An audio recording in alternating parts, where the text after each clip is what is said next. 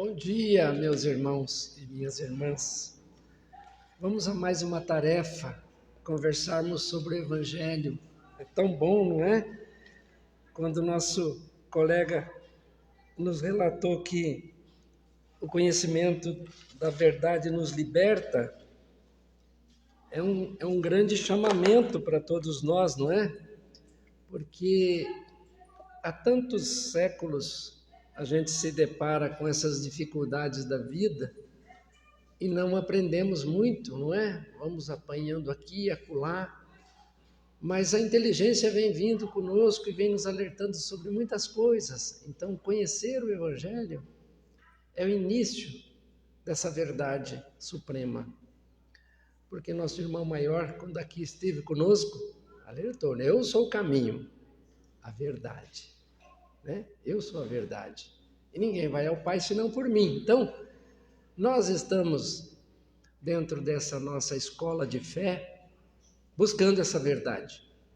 E essa verdade, ela tem que estar sendo sentida dentro de nós. Talvez esse seja o maior desafio, né?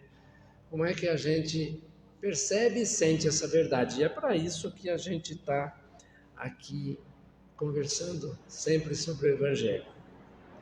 Então, neste domingo bonito de manhã, a gente vai falar sobre esse capítulo 8 do Evangelho, que nos traz uma reflexão sobre as bem-aventuranças do Sermão da Montanha, um dos sermões proféticos de Jesus mais importantes, né? Porque ali ele resume toda a sua obra.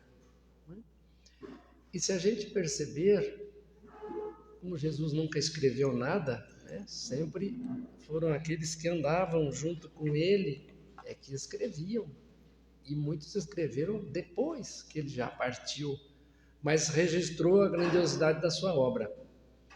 E é importante então que a gente busque conhecer as verdades das palavras que ali estão, para que possamos, em doses homeopáticas, colocando em prática.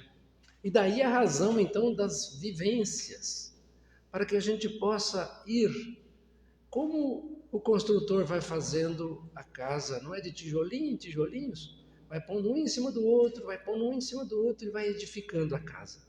Assim também é com o nosso espírito. De encarnação em encarnação, a gente vai caminhando, colocando tijolinhos de aprendizado e de conhecimento e vai estruturando o nosso espírito. E não só de encarnação em encarnação, mas esse processo se repete inclusive nas 24 horas, né? No nosso viver. Todo dia a gente levanta, realiza determinadas tarefas de novo, de novo, de novo. E aí os anos vão passando e nós vamos nos estruturando. Onde está o problema? Em passar os anos e a gente não construir a casa. Joga um tijolo para cá, joga um tijolo para lá, né?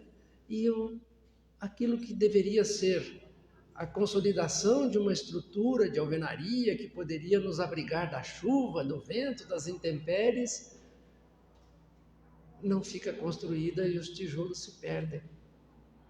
Então, a oportunidade do conhecimento e do aprendizado é importantíssimo para nós. E é por isso, então, que a gente vai buscar hoje beber mais um pouquinho nessa fonte, né? De entender por que Jesus disse lá, está lá em Mateus 5, capítulo 5, versículo 8. Bem-aventurados os puros de coração, porque eles verão a Deus. Todos nós aprendemos que o Evangelho deve ser vivido, sentido, né? Vivenciado no nosso dia a dia. Inclusive, aquela célebre fala que está no Evangelho, que a letra é morta e que o Espírito é que vivifica. Então a gente precisa de entender essa letra aqui, né? Porque verão a Deus. Significa que eu vou ver Deus? E para entender um pouco disso, né, a gente busca no próprio Evangelho segundo o Espiritismo, onde ali está colocado uma passagem, né, do Evangelho de Mateus, quando Jesus se depara numa das suas pregações, das suas andanças, que as crianças vindo com seus pais e mães, porque todos buscavam Jesus no sentido de afagar os seus problemas, as suas dores, as suas doenças. E as crianças, ao se aproximarem de Jesus, naquela alegria que é natural das crianças, os discípulos, os apóstolos afastaram as crianças, e Jesus, vendo isso, chamou a atenção de todos, né, dizendo: olha, deixai vir a mim as criancinhas. E aí é onde ele deixa, né, a famosa frase que está lá em Mateus, capítulo 19: deixem vir a mim as crianças e não as impeçam, pois o reino dos céus pertence aos que são semelhantes a elas. Daí a razão dos puros de coração. Então, veja que ele busca uma correlação entre a pureza de coração e sentir Deus, ver Deus. Pureza de coração e ver Deus. E aí ele dá a figura da criança como algo, né, um comparativo para que a gente possa entender melhor aquilo que ele está querendo dizer. É lógico que Jesus fala numa linguagem espiritual. Ele não estava querendo dizer que a gente ia ver Deus ali, até porque a gente nós gostamos ao longo dos milênios, nós construímos uma visão antropomórfica de Deus, né? A gente gosta de fazer um Deus com velhinho de barba, com cajado na mão, a gente ilustra isso. E ao longo dos séculos e dos milênios a gente foi melhorando essa percepção, a gente foi entendendo ele um pouco de forma diferente, ao passo que, muito embora a definição no Evangelho de João está claro lá, né, que Deus é Espírito, né, ou seja, Deus é luz, Deus é amor. Mas ao longo dos milênios é que a gente pôde perceber esse entendimento melhor de Deus.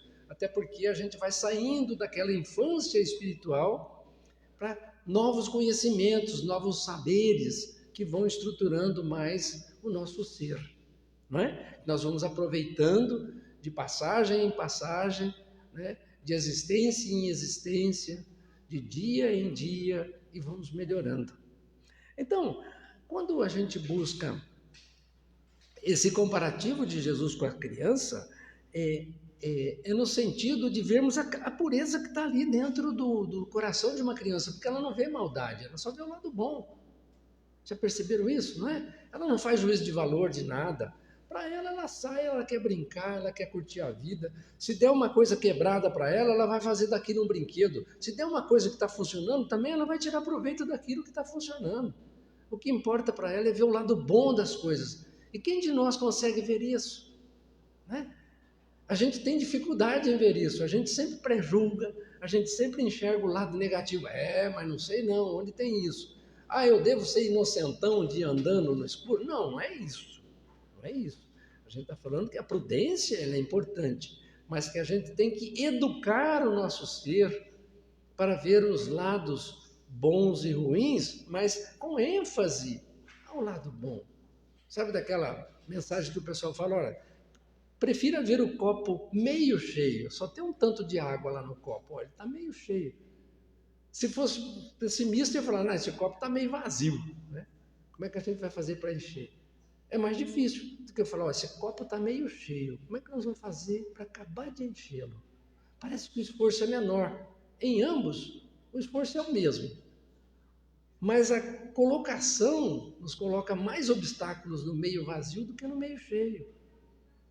E isso é importante para as nossas vidas, porque nossas vidas, nós precisamos de repor muitas coisas. Porque se a gente for olhar no todo, quando que eu vou ter essa pureza de coração? Eu me desespero, eu falo, eu não vou conseguir nunca chegar lá. Não é isso. Nós já fizemos muitos avanços. Não é? Muitos avanços. Avanços na ciência, avanços na moral. Ainda temos bolsões de problemas, muitos, mas muito já foi feito. Se nós olharmos como era o planeta quando Jesus aqui esteve e agora, nós já crescemos muito. Tá certo que crescemos mais intelectualmente do que moralmente, né? Que são as duas asas, entre aspas, né, do nosso espírito, a inteligência e a moral. O que nós estamos buscando aqui hoje é usar a nossa inteligência para ajustar a nossa moral, para trazer essa pureza do coração, como Jesus exemplifica com as crianças, né? Com aquela alegria, né?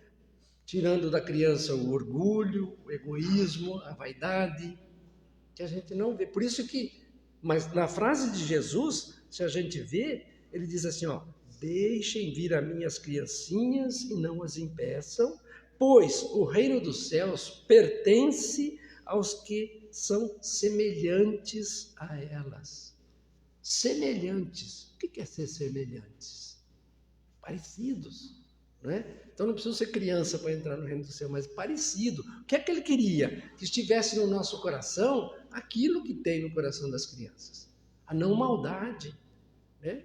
A não violência, o orgulho, a vaidade, não é?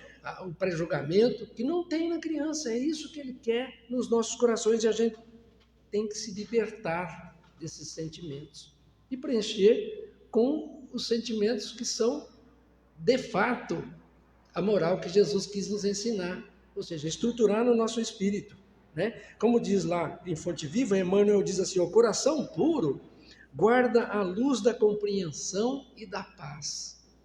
Compreensão e paz. Quer coisa melhor que isso? Porque uma leva a outra.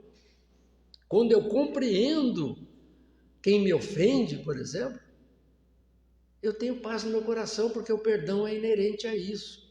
Aliás, eu nem preciso perdoar. Já perceberam isso? Eu não preciso perdoar se eu compreender o outro, porque eu não fiquei com rancor.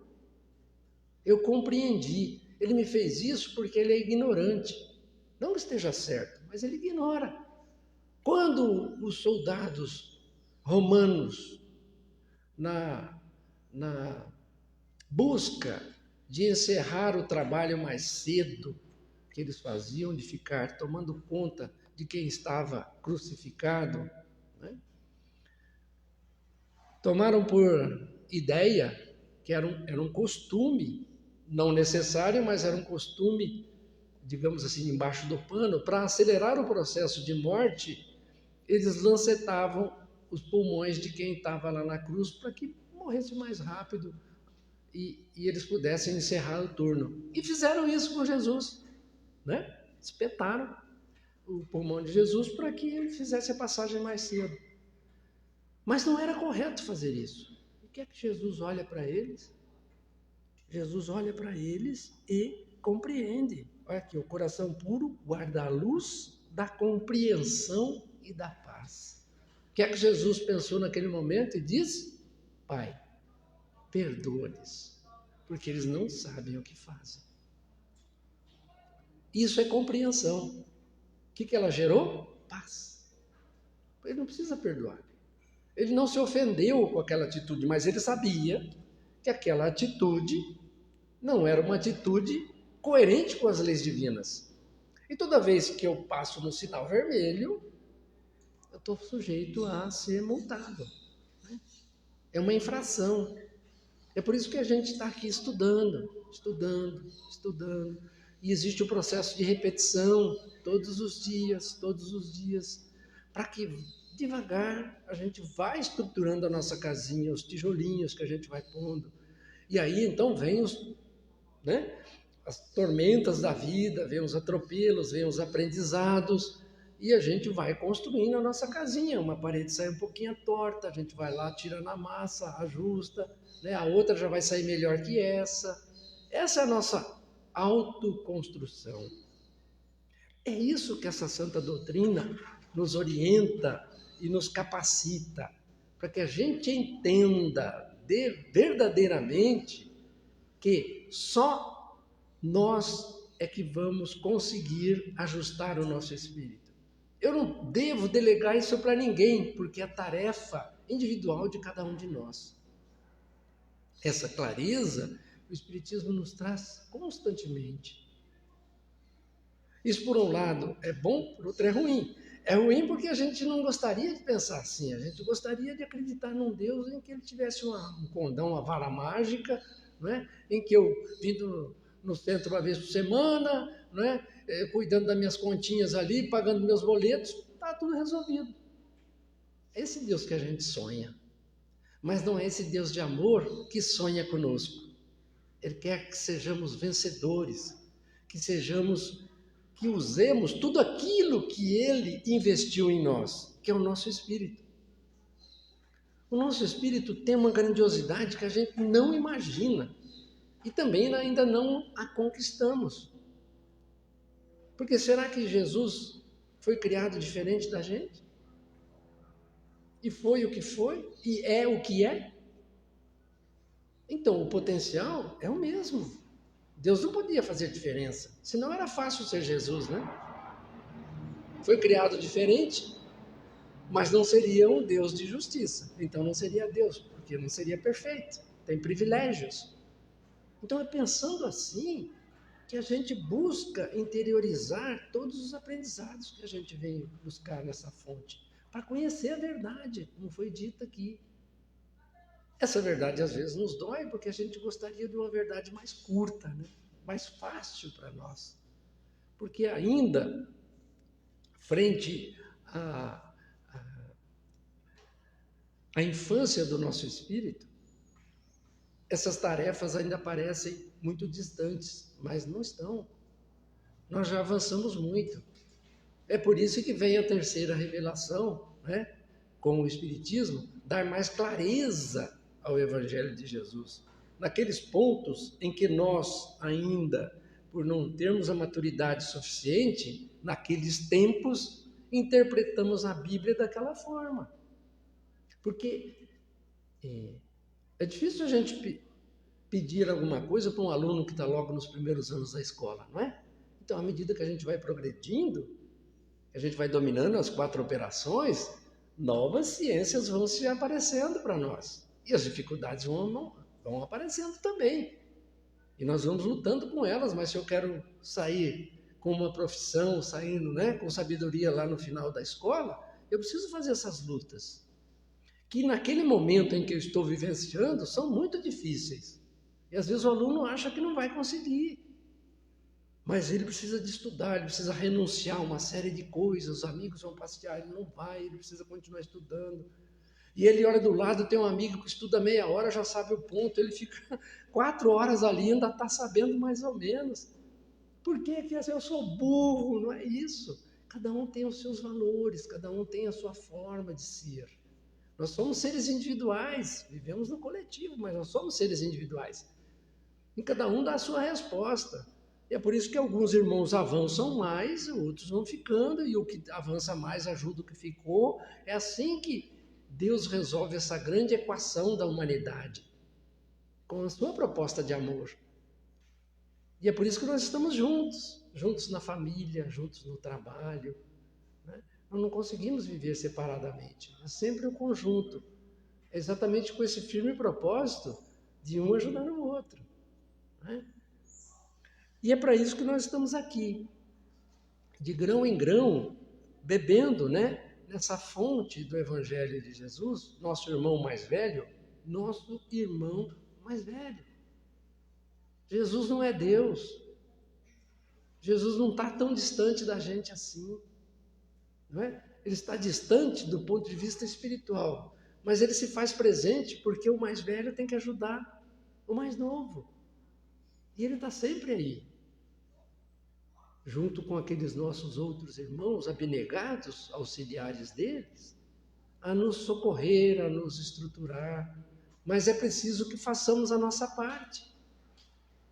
E é isso que a gente vem buscar aqui paulatinamente, né? Fazer a nossa parte, estruturar o nosso coração, colocar dentro de nós a visão que Jesus nos pede, deixar vir a mim as criancinhas, porque o reino de Deus pertence a quem lhes assemelham. Então, se eu quero ver Deus, sentir Deus, o que é ver Deus, né? Lá na antiguidade, ver Deus, como é que era pintado Deus? Né? Forte, né? Lutador, guerreiro. Depois isso foi se diluindo ao longo da humanidade, né? Para chegar até nos nossos tempos, em que a gente começa a ver Deus de outra forma. Aí vem no Evangelho de João que Deus é Espírito.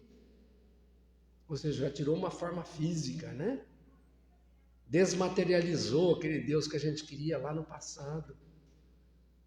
E aí agora vem o Espiritismo e começa a nos conceituar Deus, né, como algo supremo, a inteligência suprema do universo.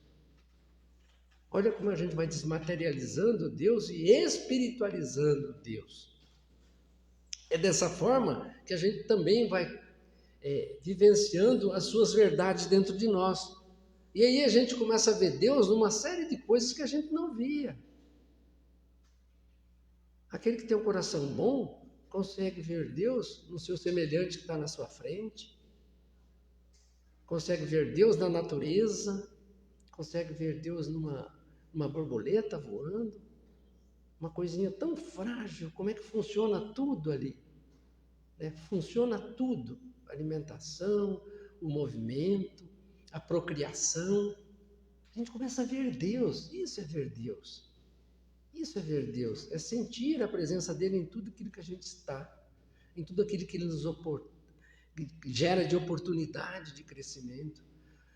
Ver Deus nas oportunidades de crescimento que às vezes vem ao nosso contragosto, que é uma dificuldade, que hoje a gente enxerga como dificuldade, mas amanhã a gente vai ver que aquilo foi tão benéfico para o nosso espírito porque despertou uma série de coisas. Lembra quando fomos aprender a tabuada? Que dificuldade que era aquilo, que carrasca que foi aquela professora, que nos obrigou a aprender a tabuada. Que alguns recreios, como eu, perdi porque tinha que ficar, porque errava quando ela perguntava. Mas foi muito bom. Eu pude sair de uma faculdade depois e me tornar alguém na vida, porque eu passei por aquela dificuldade. Então, as provações que nós estamos enfrentando vai trazer a estruturação das paredinhas do tijolo do nosso espírito, da nossa autoconstrução, para nós sairmos vitoriosos. Porque Deus assim o quer, que sejamos vitoriosos. Como Jesus afirmou, não é? Nenhuma ovelha de meu Pai vai se perder. Então, cada um de nós vai ter as suas conquistas. E quanto mais cedo a gente aprender a tabuada, mais cedo a gente passa de ano e vai para outra escola. E aí, lá na frente, a gente vai entender o quão é importante aquelas dificuldades, porque no primeiro momento a gente não entendia o porquê da tabuada. Mas lá na frente, na faculdade de engenharia, a gente falava, olha como foi importante eu aprender lá, porque agora aqui eu estou começando a calcular algumas coisas, uma estrutura, uma estabilidade de uma estrutura, usando recursos lá daquela tabuada, que eu tinha uma dificuldade tremenda. Tá certo que aqui também é difícil entender a estabilidade das estruturas, que é uma das matérias mais complicadas na engenharia. Mas começou lá, a tabuada. Não é? Então, é assim, a vida é de autoconstrução. Isso serve como alento para nós enfrentarmos as dificuldades que nós estamos passando, entendendo que elas nos trarão uma renovação do nosso espírito, a estruturação do nosso espírito para alçar novos voos, para conquistar novas virtudes, porque nós precisamos, como ele coloca aqui, a pureza de coração só vem com a alimentação dessas virtudes dentro de nós, não é? Então, para que nos tornemos aquilo que o Evangelho nos cobra, a sermos o homem de bem. Gente, quando a gente lê no Evangelho as características do homem de bem, dá vontade de correr, né? Porque é um grande desafio. A gente sabe que não dá para conquistar aquilo tudo numa tacada só. É como se a gente olhasse um programa e falasse, isso aqui é um programa de engenharia, nós vamos cumprir ele em 5 anos, porque não dá para fazer num ano só. Então nós vamos precisar de diversas existências para conquistar o homem de bem. Mas numa dessas 5 anos, entre aspas, figurado que nós estamos aqui, nós estamos no meio desse aprendizado. Então precisamos de fazer jus a esse aprendizado. Então, homem de bem, vive a lei de justiça, amor e caridade. Olha só, uma das leis mais importantes de Deus, né? Justiça, amor e caridade. Eu costumo dizer assim, a lei de justiça, ela é uma lei fundamental para nós e, ao mesmo tempo, ela é uma lei que nos preocupa. Porque a lei de justiça é aquela que Deus não condena. Beleza, essa eu gosto de ouvir. Aí vem a sequência, mas também não perdoa. Aí, poxa, que é isso? Ele não perdoa, mas não condena. Então o que ele faz? É aquele professor que fala, você não repete de ano, mas também você não passa. Você tem que aprender. Essa é a justiça divina. Não condena ninguém, ninguém vai morrer no inferno, no caldeirão fervendo, lá no fogo eterno do inferno, onde está Lúcifer. Porque se isso existisse, quem que teria criado? Deus, porque Deus criou tudo. Não é? Então, como não existe, Deus gera as oportunidades para o refazimento. Se não existe amor, vai haver um momento em que eu possa refletir pela dificuldade da falta de amor, porque na falta de amor o mal aparece, e aí eu não estou bem, aí eu busco o bem pela dor. Mas eu posso buscar o bem pelo amor. Tá certo que a gente ainda faz opção, pelo mais difícil. Mas é por isso que a gente está aqui aprendendo, para que possamos buscar na pureza de coração e em tudo aquilo que o Evangelho tem, a construção do homem de bem. Porque aí eu começo a entender que eu sou fruto de mim mesmo, dos meus acertos e dos meus desacertos.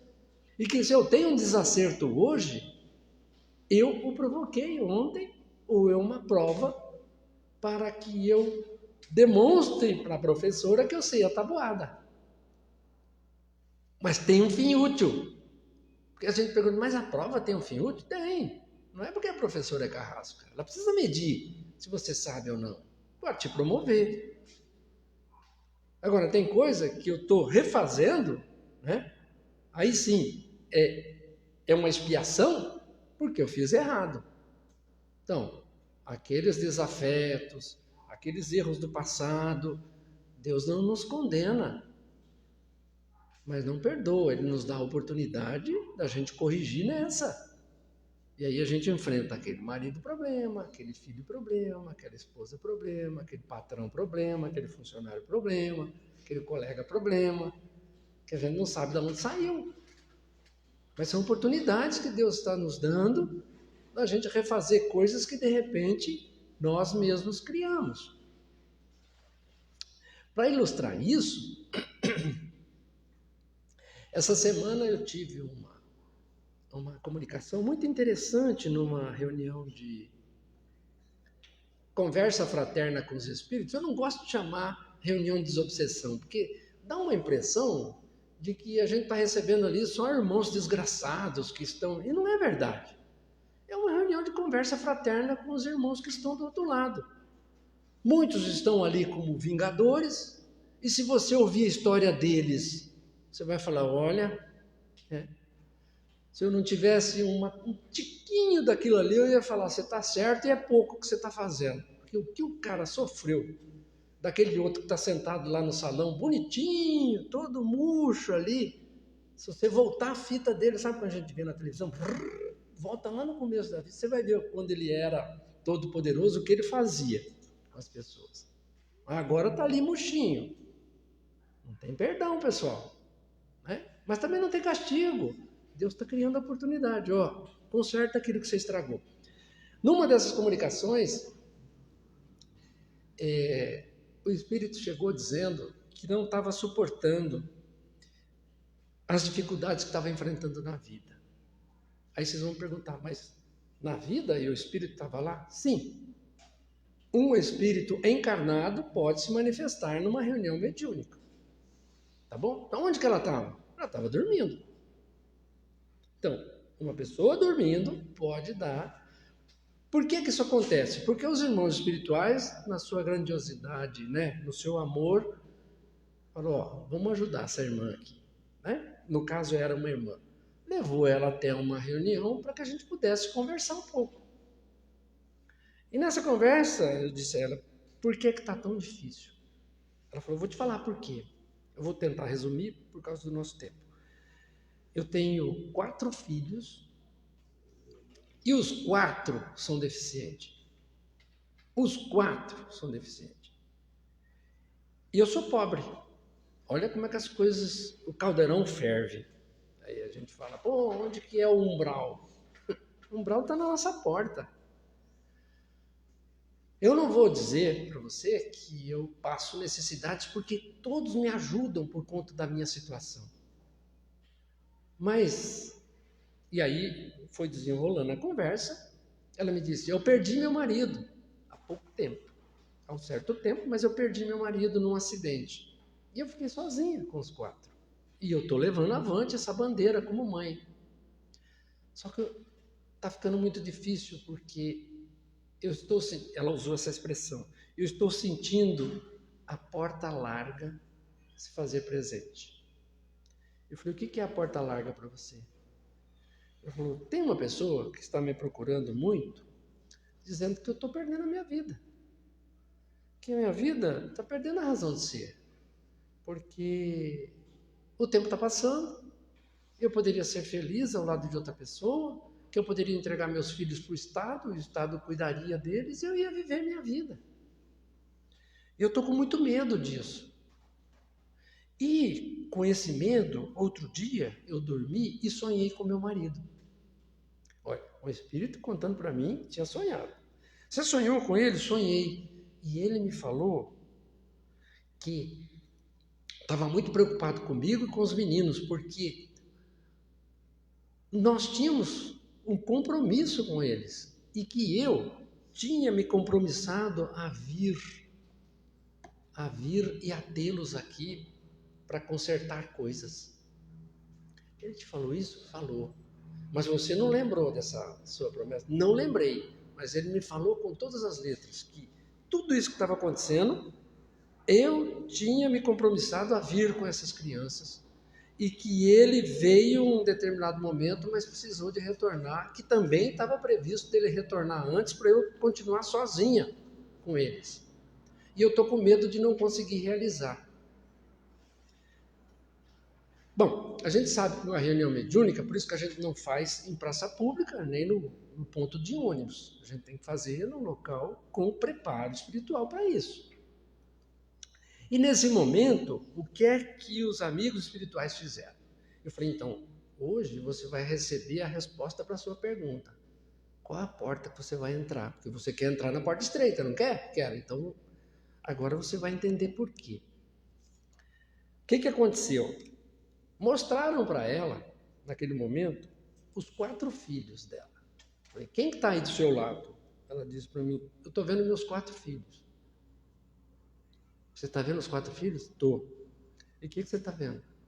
Eu estou vendo eles cheios de ouro e de dinheiro, diamantes, pedras preciosas, envolvidos em toda essa riqueza. O que mais você está vendo? Eu estou vendo a origem dessa riqueza, mas tem muito sangue, tem muita desgraça, tem muita... Entendeu por quê? Entendeu por que você está com os 4? Eu disse. E meu marido disse que nós temos muito a ver com isso. Eu falei, então, minha filha, amanhã ao acordar você vai lembrar de tudo isso. E isso vai ser o estopim para você continuar na sua luta e não esmorecer de tudo aquilo que você está abraçando e abraçou até hoje. Para você ser vencedora. Você se comprometeu com isso. E a grande chance para você é exatamente conhecer essa história para que, baseado nela, você possa se estruturar num amanhã melhor para todos, inclusive para os 4, que você está sendo o instrumento, né, de Deus para colocá-los a caminho do crescimento e do aprimoramento. Porque nada é por acaso e ninguém é condenado. Ninguém é condenado. Se não há perdão, também não há castigo. São oportunidades. Eu estou exemplificando essa história real que foi vivida durante essa semana, né, numa reunião, para que a gente possa acreditar cada vez mais na bondade de Deus para conosco e na luta constante dos espíritos do bem, dos amigos do bem, em nos estruturar para que a gente possa suportar as provas. Olha a prova que essa mulher estava enfrentando.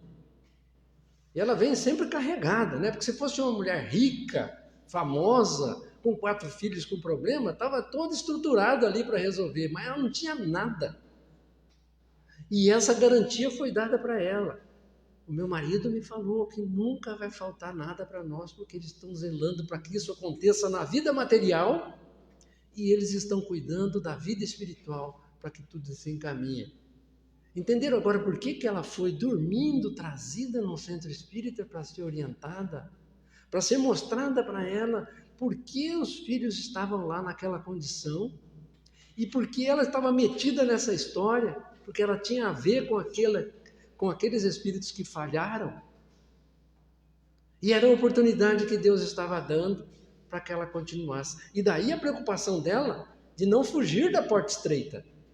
Porque no fundo, ela tinha consciência. Aquele compromisso que ela assumiu lá, vinha, né? Sem que ela se apercebesse, vem com aquela força. Não, eu vou levar meus filhos avante, eu vou continuar nessa luta.